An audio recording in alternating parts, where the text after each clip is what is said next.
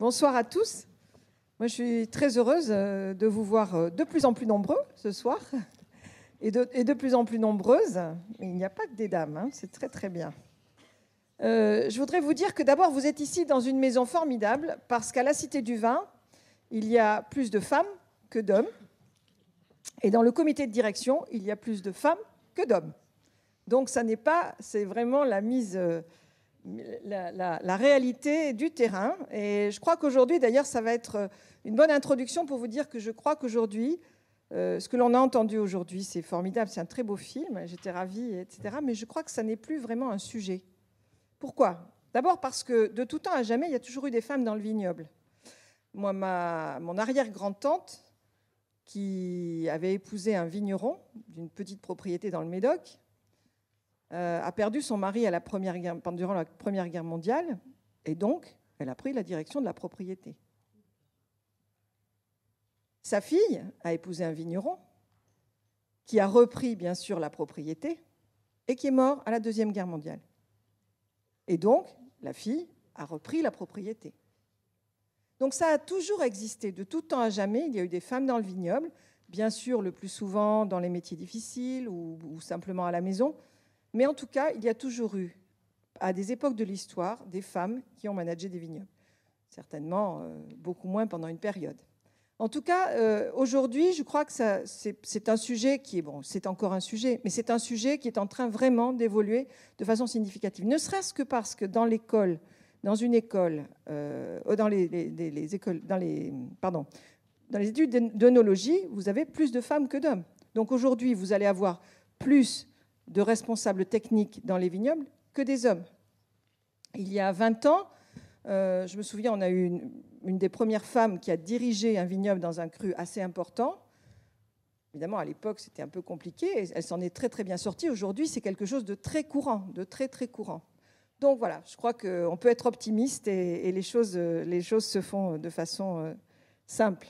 Moi, j'ai été la première femme présidente de l'Union des Grands Crus de Bordeaux. À l'époque, ça a étonné tout le monde. Mais en fait, c'était tout à fait accepté et ça ne posait aucun problème. La seule chose, c'est qu'à l'époque, on nous disait, chaque fois que j'étais interviewée, on me disait oh, alors ça doit être dur dans le monde, dans ce monde difficile, ça doit être dur pour vous d'être une femme. Je dis ben non, au contraire, c'est un atout. Être une femme aujourd'hui dans un monde effectivement qui est plutôt masculin à l'origine, c'est un véritable atout. Pourquoi ? Parce que d'abord, il vaut mieux être l'exception qui confirme la règle. Donc ça, c'est plus facile. Tout le monde vous regarde avec peut-être un peu plus d'indulgence. Et puis aussi parce qu'une femme, elle sait rassembler, elle sait écouter, elle sait faire avec beaucoup de finesse, souvent, ce que les hommes veulent faire en imposant leur pouvoir. Et donc, quelquefois, c'est beaucoup plus efficace. Et voilà. Donc je pense qu'on a tous, bien sûr, mais aussi toutes, entre les mains, de quoi faire de très bonnes vigneronnes.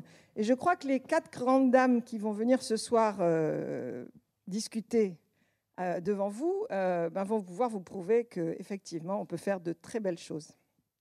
Et puis quand même, je vais accueillir d'abord, passer la parole à notre ami Henri Clémens, qui va au milieu de ces 4 femmes, rédacteur en chef de Junk Page, qui va au milieu de ces 4 grandes dames, eh bien, porter la voix masculine d'abord. Je ne peux que m'effacer, mais je vais tout de suite appeler les 4 grandes dames, justement, à me rejoindre ici. Je vais être entouré de... Donc, je vais appeler... Vous, à côté de moi.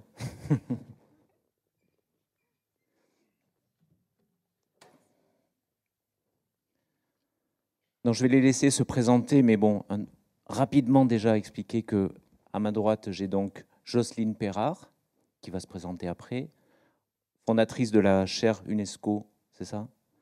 Culture de tradition et tradition du vin.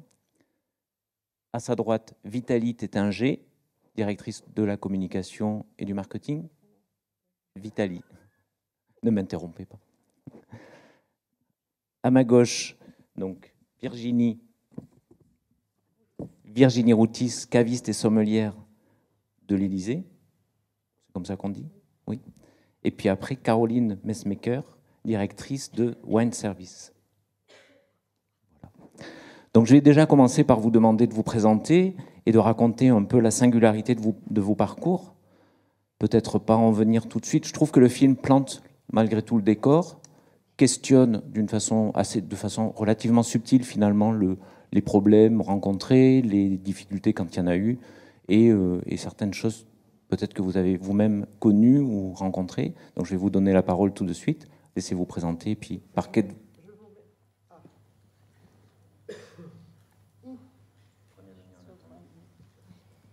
Je vous remercie. Vous avez bien fait de commencer par moi, parce que je suis une femme du vin au long cours, vous vous en doutez. Et il ne faut pas confondre la situation d'aujourd'hui, la situation d'il y a, mettons, 40 ou 50 ans. C'est vrai, le film le montre bien, il y a un problème avec les femmes, et je vous ai raconté récemment une anecdote où un domaine prestigieux de Bourgogne a failli disparaître parce qu'il n'y avait plus que la fille comme héritière. On s'est donc reposé sur le gendre, qui n'était pas du vin, qui a commencé de boire le fond, si j'ose dire. Et le domaine a été vraiment en difficulté. Donc c'est un vrai problème. C'était au moins un vrai problème dans les années, disons, années 80. Alors je vais quand même me présenter. Jocelyne Perrard, climatologue, géographe, passionnée de vin, alors même que dans ma famille, modeste, on savait juste dire « Ah, il est bon ce vin ». Mais j'ai eu un émerveillement, c'est vraiment la grâce. Géographe, jeune étudiante, on va faire une sortie sur le terrain et on passe par Nuits-Saint-Georges. Et dégustation chez un viticulteur. Alors déjà, je m'aperçois que je suis papy de la nation, que ça me dit quelque chose. Et surtout, j'entends cet homme qui me parle de l'histoire de sa famille, des mauvaises années, des bonnes années. Vraiment, pour moi, c'est un émerveillement. Et je dis, je veux être vigneronne. Hélas, quand vous êtes de la plaine et pauvre, et je l'ai été pendant 5 ans. Ça a été une des motivations fortes pour être présidente de l'Université de Bourgogne. Pendant 5 ans, l'Université de Bourgogne, qui possède un domaine, un legs du début du XXe siècle, j'ai été propriétaire récoltante, à défaut d'être vigneronne. Je vais m'arrêter. Et quand je fais le bilan de ces 5 ans, eh bien, je me dis qu'une des plus belles choses que j'ai faites, ça a été la rénovation de notre vignoble et de la cave. Par la suite, je passe vite. Après la présidence, j'ai représenté la France à l'Université des Nations Unies, écoutez bien, qui dépend de l'UNESCO et des Nations Unies. Et à la suite de ça, j'ai fondé la chaire UNESCO, parce que c'était, vraiment pour moi, c'était une passion.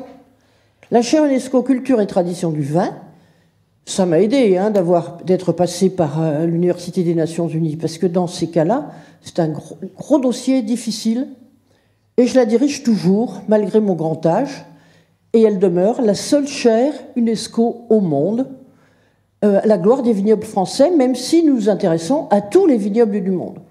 Je voudrais ajouter, puisque vous êtes là, c'est que c'est très difficile, dans un pays comme la France et à l'UNESCO, de faire passer une chaire UNESCO qui parle du vin. Il a fallu que, comme la petite chèvre de M. Seguin, je me batte jusqu'au petit matin, mais je n'ai pas été mangée, parce qu'on voulait me faire retirer du nom de cette chaire le mot « vin ». Et j'ai tenu bon. Parce que c'était l'époque de Bush, junior, ancien alcoolique. C'était l'époque déjà d'une opposition ferme avec des représentants de l'islam, l'islam c'est interdit. Et puis en France, la loi est 20. C'est tout ce que je voulais vous dire pour ma présentation, mais je vais vous dire, il faut vraiment que nous mobilisions, comme j'ai participé à l'édification de cette cité du vin. Depuis 2008, on a travaillé dans un conseil scientifique et je voudrais dire que nous devons être fiers de cette réalisation, de cette cité du vin qui ne laisse de côté aucun vignoble du monde. Bravo et bravo à toute l'équipe. Merci beaucoup. Ah, va-t-il me fonctionner? 1, 2. Parfait. Vitaly Tétinger, on parlait de fierté. Est-ce que votre itinéraire, votre parcours à vous, a été une évidence? Est-ce que vous êtes tout de suite destinée à cette profession, en étant l'héritière de la belle maison qu'on connaît? Bien évidemment, non. Non, pas du tout, en fait. Mais c'est peut-être pour ça que ce parcours est savoureux.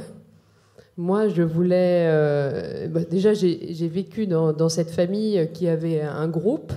Il y avait le Champagne Tétinger, mais il y avait aussi des hôtels, il y avait des jolies entreprises de savoir-faire, d'artisanat, etc., comme Baccarat, comme Annie Goutal.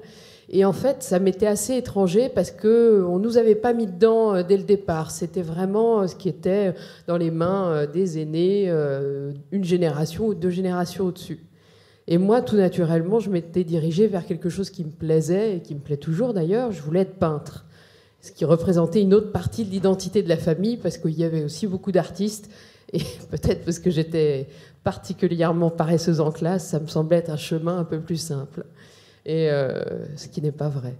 Donc voilà, j'ai étudié à Lyon dans une école où on apprenait vraiment toutes les techniques, qui était un peu l'équivalent des beaux-arts au début des années 1900. Et quand je suis sortie de là, j'ai commencé un parcours. Déjà, je dois dire que j'ai beaucoup travaillé. C'est peut-être l'époque où j'ai le plus travaillé. C'était très dur. Parce que finalement, c'est une exigence. On apprend à être... face à soi-même, on est obligé d'être nu tous les jours, on nous dit tous les jours que ce qu'on fait est mauvais. Pour être bon en art, il faut s'accepter totalement et il faut être capable d'accepter de ne plus copier les autres, être capable de quitter son confort. C'est peut-être ce qui m'a le plus, en tout cas, marqué dans ces études. J'ai continué pendant 5-6 ans et puis un jour, ce groupe a été vendu. Et là, j'ai vu mon père extrêmement malheureux, honteux. Lui, il n'avait jamais voulu vendre. Et donc, pour lui, c'était un sentiment d'échec. Il se disait que ce groupe qui avait été fabriqué par ses pères, eh ben, à sa génération, ils allaient le vendre, qu'ils allaient récupérer des fruits qui n'étaient pas les leurs et que finalement, c'était difficile. Et moi, voilà, ça s'est vendu en 2005. Il a mis 1 année à gamberger, à remonter secrètement une aventure pour être en mesure de racheter au moins la maison de Champagne. Et c'était complètement impensable et titanesque. Et on se disait, mais il est fou, il est fou. Et en même temps, lui, il y croyait, il construisait patiemment jour après jour son projet. Et finalement, au mois de juillet, il a signé le rachat de sa propre maison familiale. Et là, j'ai commencé à gamberger en me disant, ben oui, s'il fait ça pour le garder en famille, ça a quand même du sens que derrière on soit là, parce que ça se décrète pas de travailler dans un vignoble, dans une maison de champagne, et qu'il y a énormément à apprendre. C'est un chemin long, passionnant, et donc je lui ai proposé de venir le rejoindre, ce il n'a pas accepté tout de suite. Voilà. Ça n'a pas été une évidence absolue pour lui. Et puis, il m'a fallu un peu de temps pour le convaincre. Et pendant 2 ans, j'ai travaillé en tant que consultante, en étant dans une voie qui était plus proche de ce que je savais faire, qui était le marketing. Et à cette époque-là, il y avait encore plus qu'aujourd'hui une dynamique et un besoin de rattraper le temps perdu, en tout cas chez Tétinger. Et puis, au bout de 2 ans, quand même, j'ai été acceptée. Donc voilà. Donc c'est un héritage, mais voulu, et pour moi, je l'ai choisi. Bravo, merci. Je vais passer à Virginie Routis. Est-ce que ça a été une évidence d'arriver à ce poste, et est-ce que ça a été un objectif de départ? Alors, pas du tout. Alors non, moi, je n'aurais jamais pensé être chef sommelière à la présidence de la République. Alors moi j'ai un parcours où j'étais un peu en échec scolaire, j'ai pas honte de le dire, et c'était qu'est-ce que je vais faire. Donc j'ai choisi la voie de l'hôtellerie-restauration, une fois que je suis arrivée, ça m'a vraiment convenu, ça m'a plu. Et en faisant des stages, je voyais bien que le sommelier avait une approche différente avec les clients, qu'il y avait plus de complicité, un échange. Je me suis dit, c'est ce que je veux faire. Et de là, j'ai vraiment eu cette ligne de conduite, j'ai travaillé, j'ai été bonne, voilà, pour une fois, les résultats scolaires étaient là. Du coup, j'étais au lycée hôtelier de Talence, pas loin d'ici. En sortant, je suis partie en Angleterre pour approfondir mon anglais et j'ai travaillé dans une très belle maison, un relais château. Alors très dur, je ne maîtrisais pas la langue. Équipe de 12 personnes, dont 10 hommes et 2 femmes. Donc voilà, là je sais ce que c'est qu'être testé par les hommes. Mais je les remercie parce que ça m'a aidé pour la suite. Après, moi, j'ai continué un petit peu mon périple sur Londres. Pareil, la parité n'était toujours pas là. 3 hommes, 1 femme. Et ensuite, j'ai voulu revenir en France et j'ai pu arriver sur le Bristol, le palace parisien, entouré de M. Fréchon, qui, alors, lui, donne vraiment de la chance aux femmes. On le voit autour de lui dans sa brigade de cuisine. Et j'ai vraiment pris plaisir à travailler pendant 5 ans. Puis alors, voilà, la vie est faite de rencontres. J'ai eu travailler avec un maître d'hôtel au Bristol qui était parti rejoindre M. Sarkozy au ministère de l'Intérieur. Quand M. Sarkozy est arrivé au Palais d'Élysée, plus de sommelier, plus de caviste.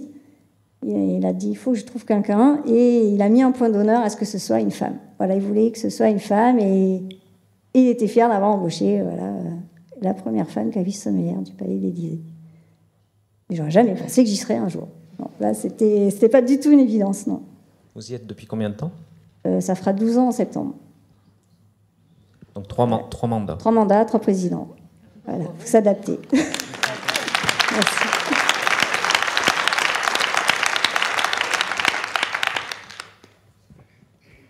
Caroline Messmaker. Bonjour à tous. Moi non plus, c'est pas un parcours tout à fait évident, plutôt atypique. J'ai tout d'abord travaillé dans l'industrie pharmaceutique pendant quasiment 10 ans, à des postes marketing internationaux. Et on est arrivé il y a 8 ans à Bordeaux parce que mon mari a rénové le Château Montrose. Et du coup, je me suis dit, je vais quitter le monde de la pharma et je vais me rapprocher d'une passion qui était plutôt personnelle et peut-être réaliser ce qu'un jour mon père m'avait dit quand j'ai eu plusieurs échecs avant, et notamment j'ai fait 2 ans de médecine que j'ai pas réussi premier recalé. Et là, il m'avait dit non, c'est pas grave, je vais t'acheter des vignes, on irait faire du vin. Et j'étais trop indépendante et je voulais construire ma propre vie et pas être parachutée quelque part. Donc j'avais dit non, je ferai d'abord ma vie, on verra plus tard. Et du coup, en arrivant à Bordeaux, je me suis dit allez, je vais peut-être me mettre à faire du vin. Donc, je ne suis pas du tout de mon côté production. L'idée, c'est plutôt... j'ai rencontré, grâce au réseau, Clément Marcorel, avec qui le chemin dure depuis près de 7... Ça fait 10 ans que la société existe, ça fait 7 ans que je l'ai rencontré. Et aujourd'hui, on aide les vignobles à mieux comprendre les marchés, avoir une vraie ouverture sur ce qui se passe, à se rapprocher des grands restaurants. Et on aide ainsi les vignerons à être plus proches des terrains sans forcément passer par tout le système de distribution qui est très masculin. Donc on permet aussi aux femmes et aux hommes dans les propriétés à garder plus la main sur les informations importantes sur les marchés. Vous accompagnez combien de domaines d'exploitation ? Aujourd'hui, on travaille avec plus de 130 domaines, que ce soit à Bordeaux. Historiquement, on travaille avec plus de 70 propriétés à Bordeaux. On travaille avec 15 maisons de champagne, dont la maison Tétinger. Et puis on travaille avec des domaines en Toscane, en Espagne, en Californie, une petite douzaine de propriétés en Californie, en Italie, en Argentine, au Chili et aussi en Nouvelle-Zélande. Et parmi ces 130 propriétés viticoles, seules 16 sont dirigées ou propriétés de femmes. Donc c'est assez peu, encore beaucoup trop peu. Lorsque nous avons préparé cette table ronde, vous m'avez dit aussi que vous continuez à mener des entretiens de boulot, oui.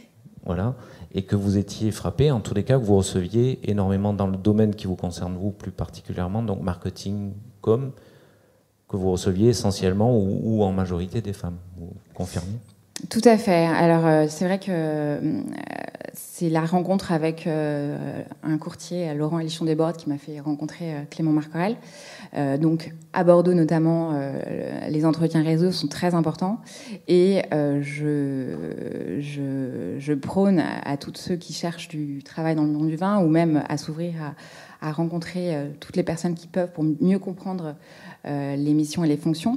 Et du coup, quasiment une fois par semaine, j'ai quelqu'un au téléphone, et peut-être 2 fois par mois, je déjeune avec une femme, ou de temps en temps des hommes, qui cherchent à se reconvertir, arrivant de Paris ou de l'étranger, et qui cherchent à trouver un poste à Bordeaux. C'est très souvent cantonné au marketing et à la communication pour les femmes que je rencontre. Mais c'est vrai qu'à Bordeaux, le métier de marketing et de la communication est très différent de celui de Paris, parce que très centré sur la production d'outils de communication et de sites internet, et ce sont des postes qui sont beaucoup moins reconnus aujourd'hui, encore trop peu, par le directeur commercial ou le propriétaire du château. Et donc, même s'il y a beaucoup de femmes à ces postes marketing-communication, il y a quand même très peu de femmes qui ont des postes à responsabilité ou à des postes de direction. Vous rejoignez Caroline sur ce point, sur ce dernier point, Vitaly? C'est vrai que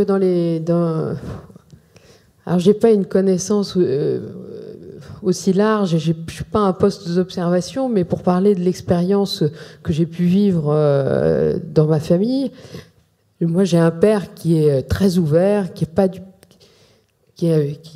non, on peut pas dire que ce soit un macho ou quelqu'un qui vive avec des idées préconçues. Quand même, malgré tout, combien de fois j'ai entendu oui, mais bon, les métiers de commerce, c'est les métiers d'hommes, aller voir des clients, c'est quand même un monde où, faut pas, quand on est une femme, faut pas avoir peur à un moment d'avoir une main sur son genou,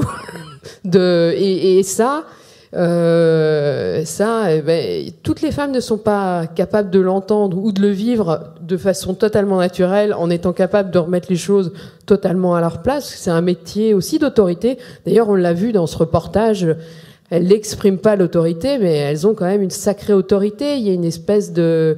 Et c'est une autorité qui se crée par la volonté. Et voilà, il y a un moment, il n'y a pas d'espace qui est créé, laissé au doute, à la séduction, etc. C'est un métier où on se doit d'être déterminé. Et je dirais que voilà, en ce sens-là, c'est pas une différence entre les hommes et les femmes.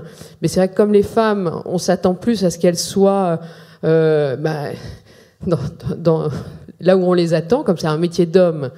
Des hommes qui voient des femmes, ils se disent tiens, je vais peut-être la séduire. Donc une femme, on va commencer par la séduire, alors qu'un homme, on va lui parler du boulot.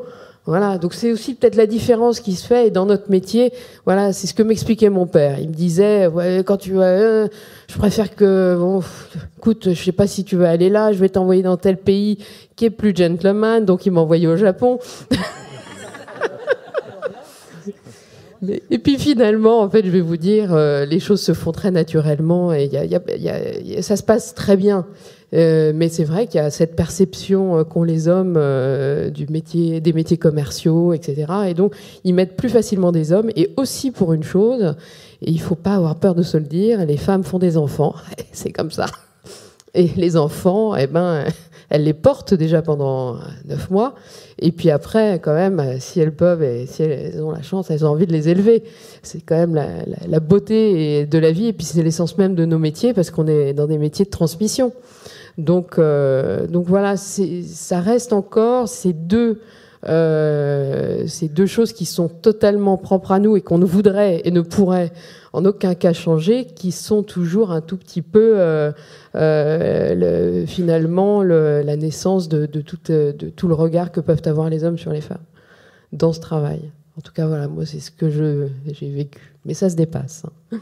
Mais oui, c'est ce que peut-être qu'on peut ajouter, que c'est la perception du monde, et très souvent c'est comme ça. Mais en fait, si on a envie, on peut avoir des postes de commerciaux. On peut juste oublier la tradition et les barrières que les uns et les autres nous mettent, et on peut réussir avoir toutes les fonctions qu'on imagine. Donc dépassons nos rêves. Pas de plafond de verre. Pas de plafond de verre. Il faut avoir beaucoup de volonté et d'énergie, mais pas de plafond de verre. Est-ce que je peux vous rappeler une réalité ? Récemment, nous avons eu un historien, conférencier, qui nous a parlé de la condition des femmes dans les vignes. Eh bien, j'ai découvert que ces femmes qui travaillaient dur, qui taillaient, qui faisaient un travail presque aussi dur que les hommes, jusqu'à l'invention du SMIC, du salaire minimum, qui doit être d'après la guerre, je ne sais plus si c'est 47 ou 49, elles étaient payées pas la moitié, mais même moins que la moitié que les hommes, si on compare les mêmes tâches. Est-ce que vous vous rendez compte ? Et quand on a créé le SMIC, après la guerre, on a créé un SMIC, alors, qui n'était pas seulement pour les vignerons ou les vigneronnes, on a créé un SMIC homme et un SMIC femme. Devinez lequel était le plus bas. Donc c'est une réalité. Et bon, alors vous allez dire, c'est très loin, 1900, mais c'est quand même, c'est pas le siècle, c'est pas le 19e siècle. Il faut se rappeler. Et donc, je félicite toutes ces jeunes dames du vin qui ont réussi à faire leur place. Et moi, j'ai des étudiantes, j'ai de plus en plus, effectivement, d'étudiantes et de talents. Racontez-moi votre anecdote sur l'université de Bourgogne, justement. Ouais, c'est pas très intéressant. Mais bon... J'en ai une autre qui est plus branchée sur le vin. Oui, je suis élue dès le premier tour. Déjà, élire une femme présidente, il n'y en avait pas tellement. Il y avait quelques femmes à l'époque sur 80 présidents. Enfin, au total, ça faisait 80 présidents de l'université. On était, mettons, 3. Et le jour de mon élection, je suis élue au premier tour. Quelqu'un qui ressemblait à des vignerons, en tout cas à la mentalité de ces vignerons, vient me voir et me dit... Je viens vous féliciter, Madame la Présidente. Je n'ai pas voté pour vous parce que vous étiez en pantalon. C'était la fin des milieu des années 90. Mais j'allais voter pour vous au deuxième tour. À ce moment-là, j'ai éclaté de rire. Je lui ai dit, trop tard. J'ai été élue au premier tour. Mais il y en a une par la suite, quand j'étais présidente, que je peux vous dire rapidement. Il s'est trouvé que j'ai été amenée à présider un GIS à l'époque, un groupement d'intérêt public, sur la vigne et le vin, qui regroupait tous les acteurs, l'interprofession, les chambres d'agriculture, tout. Pendant la première année, et c'était moi, une femme, qui allait être président. Pendant plusieurs mois, je ne dirais pas une année, mais pendant plusieurs mois, il y avait une espèce de coalition. Je ne sais pas, au bout de quelques mois, je leur ai parlé d'une manière aussi, vous voyez, sans avoir peur, rien du tout, et ils ont oublié que j'étais une femme. L'un d'eux m'a dit, écoutez, Madame la Présidente, franchement, on ne fait plus de différence. Parce que, pourquoi, je ne sais pas. Mais il y a vraiment, et en Bourgogne, là, moi je me reconnaissais, je suis bourguignonne, et d'une génération qui a vécu ces choses-là, je dis qu'il y a encore beaucoup de chemin à parcourir. Et l'histoire de la fille, qui est la seule héritière, il y a encore des vignerons bourguignons qui écartent la fille. Alors de plus en plus, on voit le frère et la sœur qui prennent la succession. Mais je voulais témoigner et rappeler cette réalité sociale. Donc elle a rappelé une période des années 90 avec la fameuse réflexion lors de son élection. Vous travaillez essentiellement avec des hommes, Virginie ? Oui, voilà, c'est ça que je... Voilà. Et c'est pas évident au début de se faire sa place. C'est vrai qu'en Angleterre, je commençais, donc j'apprenais le métier et ils m'ont vraiment testé les palettes qui arrivent, tu les charges toute seule. Voilà. Alors après, ils m'aidaient. Mais là, vraiment, quand je suis arrivée au Palais d'Élysée, je ne travaille qu'entourée d'hommes.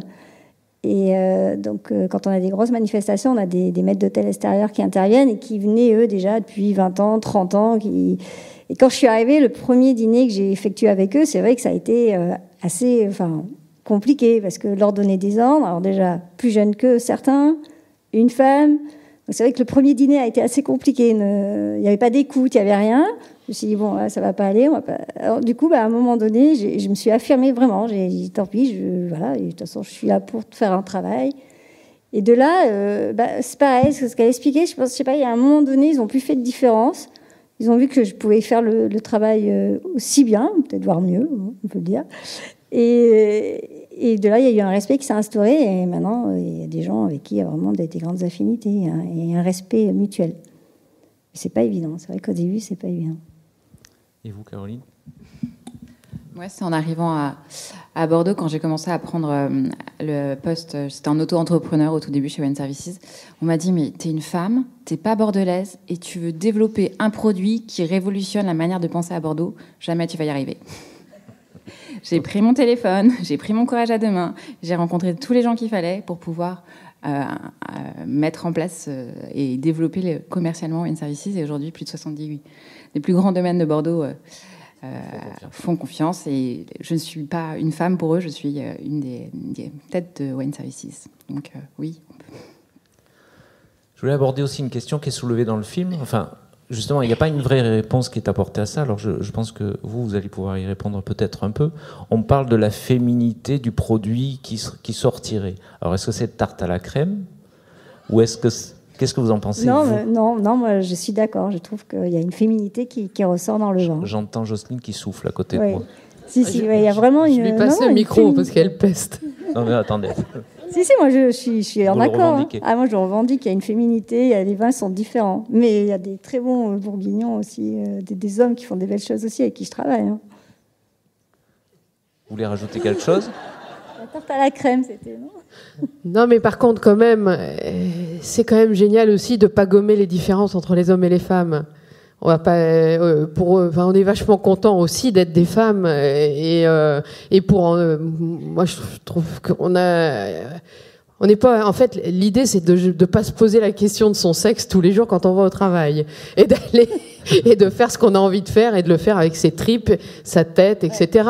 Mais au-delà de ça, je trouve que c'est difficile de dire qu'il y a un truc qui est féminin ou masculin ou d'attribuer des qualités aux femmes qu'on ne mettrait pas aux hommes.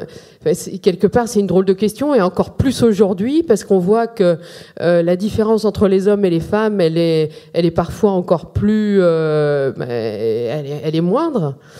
Donc pour moi, c'est plutôt une question de sensibilité différente et voilà. Parfois, on a par exemple, dans le dessin, parfois on a des dessins d'hommes qui nous paraissent extrêmement féminins parce qu'ils font appel à des références qui ont été posées comme étant des références féminines. Mais pour autant, on ne sait pas s'il y a des choses qui appartiennent aux hommes ou aux femmes. Et cette liberté, elle est très chouette aussi.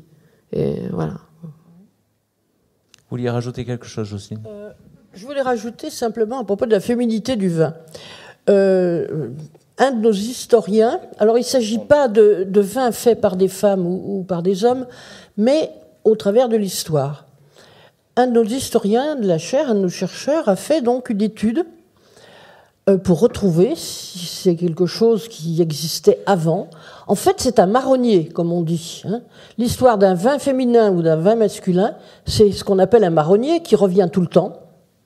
Dès le XIXe siècle, on trouve dans les textes les grands, comment on va les appeler, les érudits, qui ont été à l'origine en particulier du classement des vins de Bourgogne, hein, bien avant les AOC, ont déjà écrit là-dessus en retenant l'opinion des gens. Ainsi, Gevrey-Chambertin est un vin qui est, dès le XIXe siècle, qualifié de masculin, alors que Chambol-Musigny est, dès le XIXe siècle, qualifié de féminin. Moi qui connais bien, puisque j'ai eu le privilège d'être la première femme à présider le teste-vinage au château du Clos Vougeot, et je pense qu'on va bientôt vous faire signe, aux unes et aux autres, eh bien, je peux vous dire que, effectivement, quand on goûte Chambol-Musigny, qu'est-ce que vous en pensez, hein, vous qui êtes sommelière, c'est vrai que c'est beaucoup moins masculin, mais ça n'a rien à... C'est quelque chose, c'est un marronnier, je veux dire, c'est subjectif. Hein. Mais je parlais du vin venant de tel village, hein, et de Bourgogne, je n'extrapole pas. On n'a jamais autant parlé de Bourgogne ici, je crois. Oui, c'est vrai. Ça. Why not? Why not? Juste peut-être rajouter, je pense que la touche de féminité d'un vin, c'est plutôt dû au terroir plutôt qu'à la femme ou à l'homme qui va le vinifier. Ce qui apparaît dans le film nettement, c'est que Jablot, je crois, en parle. Elle dit que la féminité, elle s'est instaurée à partir du moment où elle a changé quelques habitudes. C'est ça qui m'intéresse maintenant. Quels sont, d'après vous, justement, puisque vous avez le micro, vous allez répondre à cette question, quels seront, d'après vous, les apports féminins, quelque chose que vous auriez apporté par rapport à des collègues, vos propres expériences, parce que vous avez fait pas mal de terrain avant d'endosser ce rôle? Je vais peut-être revenir sur ce que Sylvie disait. On a un côté fédérateur dans le côté féminin qui est assez important. On veut vraiment travailler en équipe et faire avancer les projets conjointement, plutôt que de s'imposer de manière arbitraire. Et comme on veut être reconnu à notre juste valeur, on travaille peut-être encore plus que les hommes. Et donc, je dirais que c'est ça, là, peut-être une différence. C'est encore ça, vous croyez? Il faut être encore un peu plus compétent? Vous diriez ça? Oui, il faut être plus compétent et il faut travailler encore plus dur. Ça, pour moi, ça a été vraiment la différence que j'ai vue. Il faut toujours montrer qu'on peut faire encore mieux et plus et plus. Et ça n'est pas forcément ce qu'on demandera à un homme. Vraiment dans le côté, je parle service, moi je gère toute la cave toute seule, hein, vraiment. Après j'ai quand même comme on disait, on a besoin comme elle disait dans le reportage, de 3 personnes un peu costauds. Bon ben voilà, j'ai des collègues qui m'aident à rentrer les palettes de vin dans la cave, mais après je gère du début à la fin, c'est moi qui range toute la cave. Et voilà, bon après c'est mon plaisir, moi c'est mon élément, je passe des journées, j'y suis bien, mais il n'y a jamais eu, même enceinte, on ne va pas me demander, tu as besoin d'aide. Non, il n'y a jamais eu, c'est ça. Et je pense qu'avec un homme, c'est toujours différent. Il y a une entraide. Nous, on nous demandera toujours de faire vraiment nos preuves tout le temps. Et vous, Vitali, dans la façon d'approcher les choses, est-ce que vous pouvez parler d'un apport féminin dans votre métier qui est largement qui est très pour féminin? Pour le coup, oui. Ouais. Oui. Mais si, j'ai quand même l'impression qu'en fait, mais aussi parce que c'est un domaine qui était... avant, il était entre les mains d'hommes chez Tétinger. Donc, on peut voir quand même, oui, une petite différence. Oui, on voit. Mais après, je ne sais pas si c'est dû au fait que je sois une femme ou si c'est dû au fait que je sois ce que je suis. Donc c'est très difficile de répondre à cette question. Si je m'étais appelée Arthur, peut-être j'aurais fait la même chose. Donc non, c'est pas évident. Après, effectivement, quand tout le monde regarde ce qui se passe, etc., ils disent « Ah bah oui, on sent la féminité. » Mais je suis là. Donc déjà, je suis ravie qu'ils ne me disent pas. Je trouve ça très masculin. Mais voilà, il y a des choses qui sont un peu comme des évidences. Jocelyne, tout à l'heure, vous évoquiez le changement qui s'opérait justement dans la façon de gérer aujourd'hui ces inégalités ou Oui, alors, moi j'ai une très belle fenêtre d'observation, comme je vous disais. Lorsque, disons, avant les années 80, c'est vraiment terrible. C'est terrible. C'est l'histoire, les anecdotes que je vous donnais. Ma génération, en tout cas, c'était... Mais les femmes elles-mêmes, par exemple, moi, je n'admettais pas l'infériorité des femmes, mais on ne se battait pas vraiment. Parce que, et personnellement, ça m'a servi dans ma carrière. Pourquoi ça m'a servi dans ma carrière? Premièrement, parce que les hommes étaient tellement persuadés que les femmes étaient inférieures que ça ne leur posait pas de problème, mais il fallait quand même qu'il y ait de représentation. Vous vous souvenez l'anecdote, je ne sais plus c'est quel grand général, c'est vous le nègre, c'est bien, continuez. Eh bien c'était de ce style-là, c'est-à-dire il fallait quand même des femmes, c'est vous la femme, c'est bien, continuez, il fallait qu'il y en ait une ou deux, vous comprenez? Puis, après les années 80, ça a été plus dur encore, parce qu'il commençait à y avoir des femmes dans le milieu du vin, et donc ça commençait à devenir une petite menace. Sans compter que certaines bonnes femmes étaient en concurrence les unes avec les autres. D'accord ? Donc ça, disons, la période, disons, années 80 jusqu'au milieu, voire la fin des années 90, c'est hard aussi. Et petit à petit, eh bien, ça change. C'est pas encore parfait, et ça change en France. Moi, je voyage beaucoup, en particulier en Amérique du Sud, et vous évoquiez l'Argentine, etc. Il y a très peu de femmes. Hein, bon.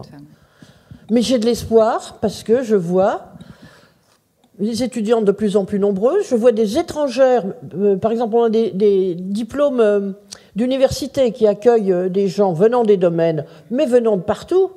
Et on voit des japonaises, on voit des femmes de toutes les parties du monde arriver, être passionnées, se former et être très qualifiées.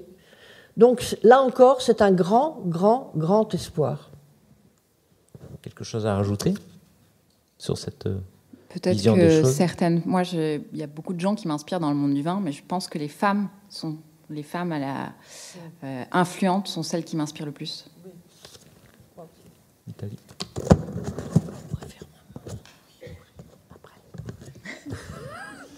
Elle a quelque chose à vous lire après. Non, après. Non, mais c'est vrai que quand même, les femmes ont une force de caractère, celle qui émerge, qui est quand même assez fascinante. Et souvent dans les pays du Sud, qui sont des pays où les hommes ont vraiment la main sur tout, où ils sont extrêmement machos, où il y a quand même des grosses séparations. Parfois, on voit des femmes qui se sont battues toute leur vie, qui arrivent à faire de la politique, du vin. En plus, souvent, quand les femmes s'investissent dans un métier, elles continuent en politique parce que justement, elles veulent tirer d'autres femmes derrière elles. Et en fait, c'est cette générosité, moi, qui me touche chez les femmes. C'est que quand elles commencent à percer, elles deviennent mères du projet de toutes les femmes.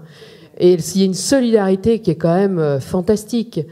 Et il y a une précision chez les femmes. Elles travaillent avec beaucoup de précision et elles ont une espèce de don, de distance. Elles prennent facilement du recul par rapport à des situations. Et c'est vrai que c'est très émouvant de les voir. Et on sent souvent qu'il y a une grosse part de sacrifice, ce qui rend aussi les choses encore plus fortes. Oui, du coup, on peut peut-être parler des certains réseaux féminins. Excusez-moi. Non. Certains réseaux féminins qui, justement, aident les femmes à se soutenir les unes les autres, parce que même s'il y en a de plus en plus et qu'on peut casser ce plafond de verre, c'est pas toujours évident. À Bordeaux, il y en a un petit peu. Il y a Ladies Wine. Nous, on a un petit groupe qui s'appelle Yogustation, où on se retrouve tous les 1 mois et demi. On fait 1 heure de yoga avant de faire une dégustation. Une petite dizaine de femmes dans le monde du vin. Et après, je pense à un groupe un peu plus grand. Le nom de ce cours ? Yogustation.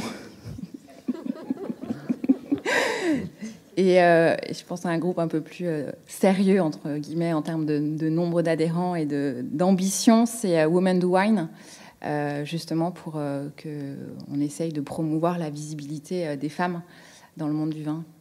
Je pense que ça peut être intéressant. Chez les sommelières, il y a aussi une association où cette tendance à vouloir se regrouper entre sommelières. La meilleure sommelière de France. La meilleure sommelière de France, Pascaline Pelletier. Pascaline Pelletier. Alors, déjà, c'est une première, et ça, moi, j'ai trouvé ça fabuleux. En plus, elle a fait un doublé. Et non, alors moi, j'ai pas eu l'occasion de la rencontrer. C'est vrai qu'elle est à l'étranger. Mais nous, il y a l'association des sommeliers, mais voilà, c'est mixte. On n'a pas, non, c'est vrai que, en tout cas, pas à ma connaissance, mais non, sur Paris, on n'a pas un réseau forcément où on ne se rencontre qu'entre femmes. Après, c'est vrai que moi, j'ai plaisir. La dernière fois, j'ai participé à un dîner. À ma table, on était plusieurs femmes et c'était sympa d'échanger et de voir un peu comment on évolue dans nos métiers. Et c'est bien. Et on voit qu'on rencontre un peu, à chaque fois, des fois, les mêmes difficultés. Parce que Divitalis, c'est vrai qu'on a encore plus de caractère, on a plus de force. Oui, ce qui ressort bien du film. Oui, aussi. Ouais. Sur la façon aussi... Ce qui m'a frappé aussi, c'est cette façon justement qui distingue peut-être si on cherche des éléments comme ça, distinctifs, différenciateurs, il y a cette façon de gérer l'autorité. Elle en parle très bien, qui est une autorité qui doit s'installer naturellement et qui ne doit pas se faire à la baramine. Et une autorité avec beaucoup de douceur, parce qu'on voit bien les regards avec le père, etc. C'est pas une autorité, on n'impose rien. Elle se crée par la force de son travail un espace qui est le sien, voilà, et qui lui est propre et qu'on ne conteste plus au bout d'un moment. Ouais, mais ça, voilà, je me retrouve vraiment dans ce que dit Vitali. Les premiers mois ont été durs. C'est vrai, quand je suis arrivée. Ça se joue en mois ou parce qu'elle parle d'années. Déjà, les premiers mois, mais c'est vrai que là, maintenant, je vois, au bout de 12 ans, les personnes avec qui je travaille, ça se joue en années, je suis d'accord. Et là, il y a vraiment un respect, il y a une confiance. Voilà, et puis, il n'y a pas de remise en question. Comment ? Il y a même un plaisir des autres à travailler. Oui, tout à fait. Vous voyez arriver plus de sommelières, d'ailleurs ? Ah oui, là, ça fait quelques années, en effet. C'est pas inversé, mais... C'est pas inversé, mais c'est bien. Comme j'ai... Estelle Touzé, avec qui j'ai eu le plaisir de travailler au Bristol, qui est maintenant chef sommelier au Ritz. Non, maintenant, les femmes commencent à avoir des beaux postes, c'est bien.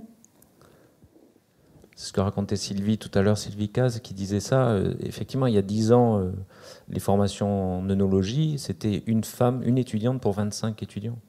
Et ça s'est radicalement inversé. Alors, est-ce qu'elles occuperont les mêmes postes ? On l'espère. C'est ça maintenant l'enjeu, j'imagine. Moi, j'ai juste un truc à rajouter, parce que même si je ne suis pas super groupe de filles, mais quand même, il y a quelques années... Du yoga ? On s'est fait un petit groupe de filles. On est 10. Ça s'appelle la transmission, justement, autour de ces valeurs d'échange, de transmission, etc., avec 10 femmes de Champagne qui balayent toute la diversité de la Champagne, ce qui nous intéressait aussi et ce qui rejoint cette idée de prendre un peu de recul et de ne pas être dans des guerres de chapelles, etc., et d'être complètement au-dessus de ça.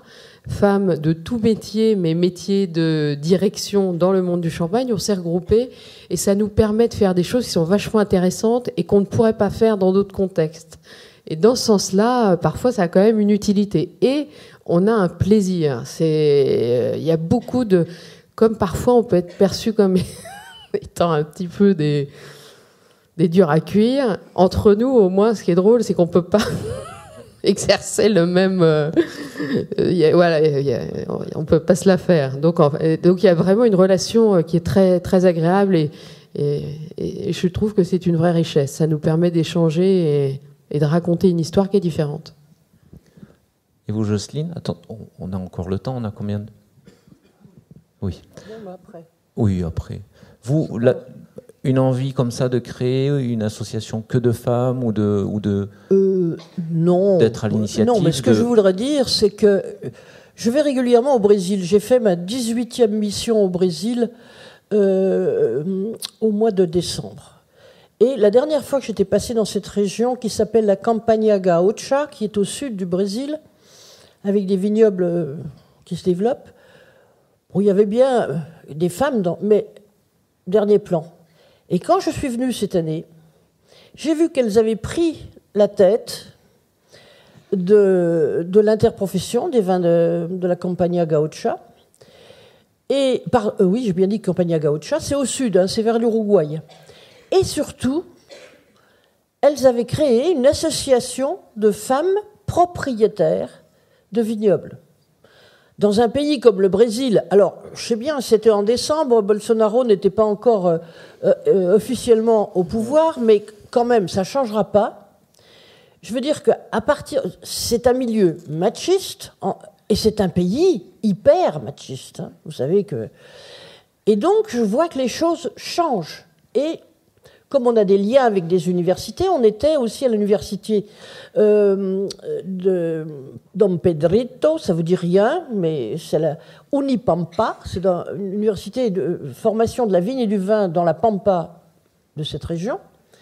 Et quelle ne fut pas ma surprise, sur les promotions, ils en sont à la 3e promotion, eh bien, il y a un nombre, c'est pas encore une majorité, mais il y a un nombre de filles brésiliennes qui ne sont pas toutes filles, alors c'est ça qu'il faut voir aussi. J'ai rien contre les héritières, hein, mais elles ne sont pas toutes filles de viticulteurs, vous avez bien compris. Il y en a qui vont faire leur carrière dans la vigne et dans le vin, mais indépendamment, de domaine. Sauf qu'au Brésil, on peut encore acheter des terres, c'est abordable, et on peut planter son vignoble. Ici, c'est plus problématique. J'aimerais rebondir sur cette qui avait l'air d'être une petite boutade, mais Non, être je serais vexée. voilà, vous êtes vexé, je le vois bien. Je me demande même si je vais pas sortir. Est-ce que ça a été un double handicap entre guillemets, justement, d'être fille d'eux et oui, fille d'eux. Ben non, justement. Non, Je n'ai pas du tout senti le poids. d'accord. Alors peut-être que j'ai un point aveugle. Non, mais je me suis sentie bien dans cette maison tout de suite. Et pourtant, j'avais pas passé mon enfance, etc. Mais je me souviendrai toujours du premier jour où je suis arrivée chez Tétinger. J'étais dans le bureau de mon père, qui était donc président depuis peu. Et je me suis sentie bien. Et puis ça s'est passé comme ça. Et je me suis jamais posé de questions.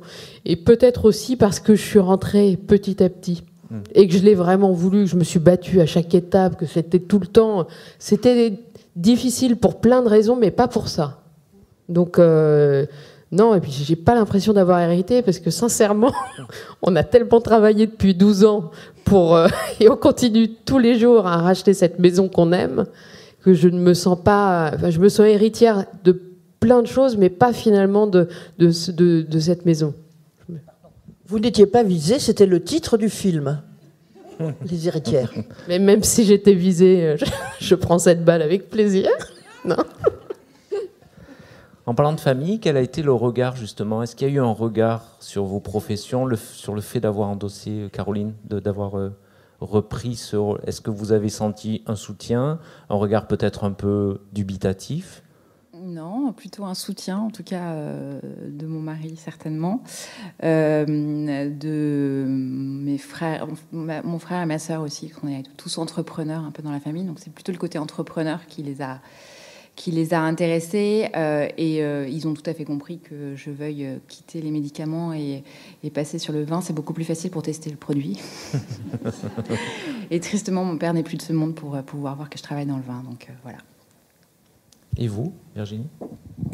Alors moi, il y a eu une grande fierté. C'est vrai, mes parents ont été fiers, surtout que, comme je disais, j'étais pas très douée scolairement, donc du coup, ils se disaient mais qu'est-ce qui va y arriver, qu'est-ce qu'on va faire, et puis voilà, d'être arrivé à ce poste-là, vraiment, ils sont fiers. Et après, c'est vrai que moi, c'est comme Caroline, j'ai un gros soutien de mon mari, heureusement, parce que des fois, les journées sont longues, et on a une petite fille, donc il faut allier, comme dans le reportage, il faut allier notre travail, qui heureusement est ma passion, et puis la vie familiale. Donc c'est bien, je peux compter sur mon époux. Vous voulez lire votre papier? Ou vous voulez dire quelque chose avant? Non, mais oui, je voulais dire quelque chose. Allez-y. Toujours quelque chose à dire, pardon. Ce que je voulais vous dire, c'est que depuis 1972, j'achète une pièce de Beaune-Bressant, premier cru, que je mettais en bouteille moi-même. J'ai tout ce qu'il faut à la maison.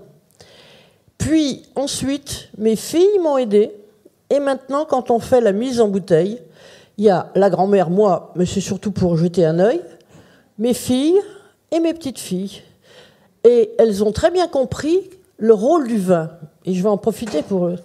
Le vin, c'est un marqueur. C'est vraiment un marqueur très fort de la culture, du temps qui passe. C'est plus qu'un produit qu'on boit. Je crois qu'on est tous d'accord. Si vous le permettez, je vais vous lire ce qui est devenu le credo de la chaire UNESCO. C'est très court, c'est une phrase, mais je ne veux pas l'écorcher. Elle émane d'une de mes amies qui était à la chaire, qui est morte tragiquement en mission avec moi au Brésil il y a 2 ans, et qui était une grande philosophe traduite même en japonais. Et elle m'a aidé pour la chaire, et c'est devenu le credo de la chaire. Il faut appréhender le vin comme produit culturel, vecteur de civilisation, dont la consommation éclairée relève d'un véritable art de vivre et d'une philosophie liée à la convivialité et au partage, valeur humaniste s'il en est. C'est notre credo. Et je pense que si vous partagez cela, vous êtes des citoyens éclairés. Merci de me l'avoir permis de le... Juste une petite chose à dire et qui va quand même dans la suite de ça. Le mot héritière ou héritier, c'est toujours un mot qui paraît être un peu, on vous reproche toujours ça. Mais quand même, déjà, on est tous héritiers de quelque chose. Et la plupart du temps, on passe sa vie à se battre contre ce qu'on a reçu pour finir par l'accepter. Donc, moi, je considère que c'est une perte de temps. Non, mais au-delà de ça, le vin, c'est vraiment le fruit total d'un héritage, qu'il soit familial ou de métier. Et c'est même cet héritage qui garantit la qualité et qui garantit toujours la progression. On voit bien d'ailleurs que cette fille qui reprend le domaine de son père en se fâchant, etc., va y apporter quelque chose. Parce qu'elle a eu la chance d'avoir quelqu'un avant elle qui a fait un goût et que elle, ce goût, elle le porte un petit peu autre part et puis il va se porter autre part et un jour, eh ben voilà, on arrive sur des vins qui deviennent totalement mythiques parce qu'ils ont traversé les générations et qu'ils ont été véhiculés avec passion par des générations. Et c'est ce qui fait aussi la différence, à mon avis, entre les différents vins qu'on peut goûter dans le monde entier. On a des vins qui ont beaucoup de potentiel parce qu'il y a des climats qui sont très flatteurs, etc., mais qui sont encore un peu jeunes. Et à côté de ça, on peut opposer des vins comme ici. On est quand même dans la Mecque du vin qui a traversé le temps, comme la Bourgogne, comme la Champagne. Et on voit que finalement, cette qualité, cette finesse, elle a été apportée par cet héritage.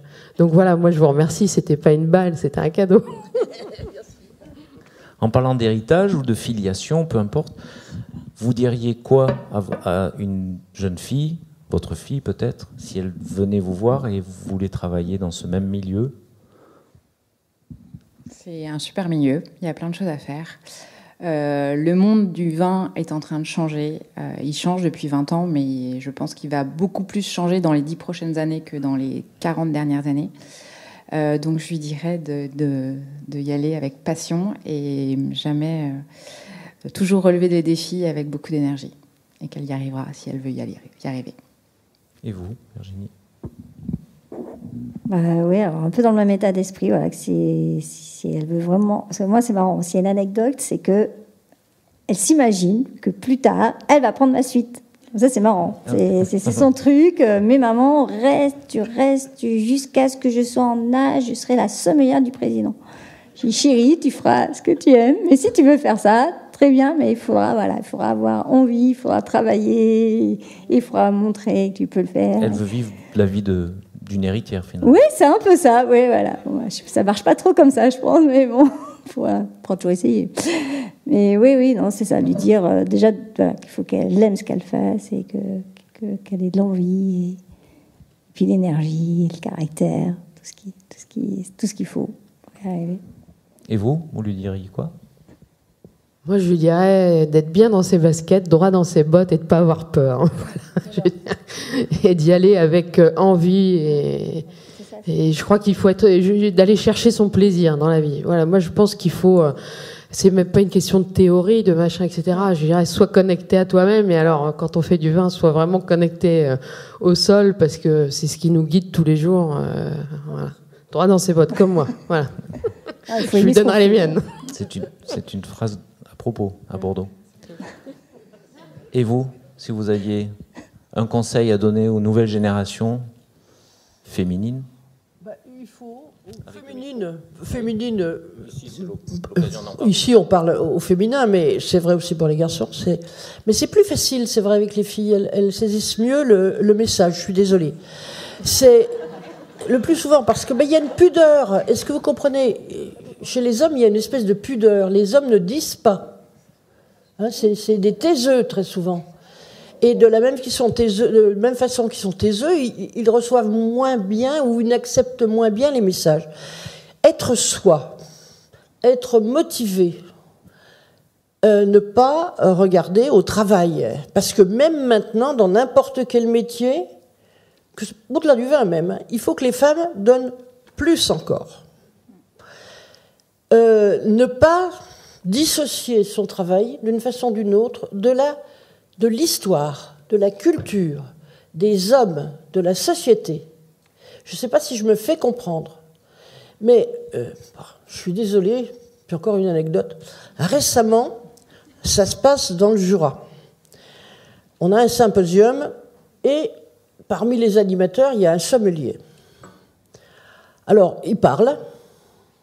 Il enfonce des portes ouvertes, même s'il parle bien comme sommelier, mais il est totalement acculturé. Je ne vais pas donner dans la précision, mais si je peux vous le dire, quelqu'un lui parle, puisqu'il s'agissait d'un symposium sur les vins de voile, que vous ne connaissez peut-être pas, mais enfin bon, le RRS ou le vin jaune du Jura sont des vins de voile. Et quelqu'un dans la salle, qui est un Bordelais, un énologue bordelais, qui est là, lui dit, monsieur, puisque il y a d'autres vins proches, que pensez-vous du vin de Madère? Eh bien, ce sommelier répond, ah, vous savez, les vins madérisés, etc., etc. Le collègue lui a envoyé une page de Pénaud, l'Émile Pénaud, qui est quand même le père de l'énologie bordelais, en lui disant, peut-être, monsieur, faudrait-il que vous lisiez cette page d'Émile Pénaud. L'autre n'a pas répondu. Donc il y a un minimum de culture, et je n'ai rien contre les sommeliers. Beaucoup sont excellents, mais il ne faut pas dissocier, disons, les dégustations d'une culture culturelle. Le vin est un produit culturel, ne l'oubliez pas.